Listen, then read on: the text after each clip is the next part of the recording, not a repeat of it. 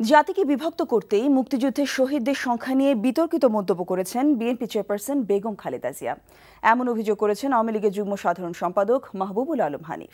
সকালে রাজধানীর engineers institution মিলনায়তনে বাংলাদেশ ইউনাইটেড ইসলামী পার্টির জাতীয় কাউন্সিলে প্রধান অতিথির বক্তব্যে তিনি এ অভিযোগ করেন। হানিফ বলেন, পাকিস্তান যেমন মুক্তিযুদ্ধে গণহত্যার দায় অস্বীকার করে, তেমনি তাদের দোসর জামাত বিএনপি পাকিস্তানের মিথ্যাকে জায়েজ করার জন্য মুক্তিযুদ্ধের ইতিহাস বিকৃত করে। বিশ্বের বিভিন্ন দেশের গণহত্যার উদাহরণ দিয়ে আওয়ামী লীগ নেতা বলেন, কোথাও শহীদের সংখ্যা মাথা গুনে গুনে হিসেব করা হয়নি। দেশের উন্নয়ন অব্যাহত রাখতে মুক্তিযুদ্ধের সঠিক ইতিহাসের পাশাপাশি ইসলামের সঠিক শিক্ষায় মানুষকে আলোকিত করতে তিনি আলেম ওলামাদের প্রতি আহ্বান জানান। বেগম খালেদা জিয়া এই মুক্তিযুদ্ধের শহীদদের সংখ্যা নিয়ে বিতর্ক সৃষ্টি করে পরিকল্পিতভাবে মুক্তিযুদ্ধের ইতিহাসকে বিকৃত করার চক্রান্তে লিপ্ত হয়েছে।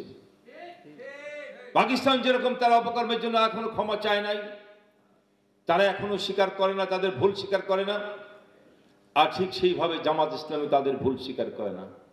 আর ওই পাকিস্তানের দোষর হিসাবে বেগম খালেদা জিয়া আজকে তাদের পক্ষ নিয়ে আমাদের মুক্তিযুদ্ধের ইতিহাসকে বিকৃত করে গোটা জাতির মধ্যে আজকে বিভ্রান্ত সৃষ্টি করে বিভক্তি করার চেষ্টা করে যাচ্ছেন।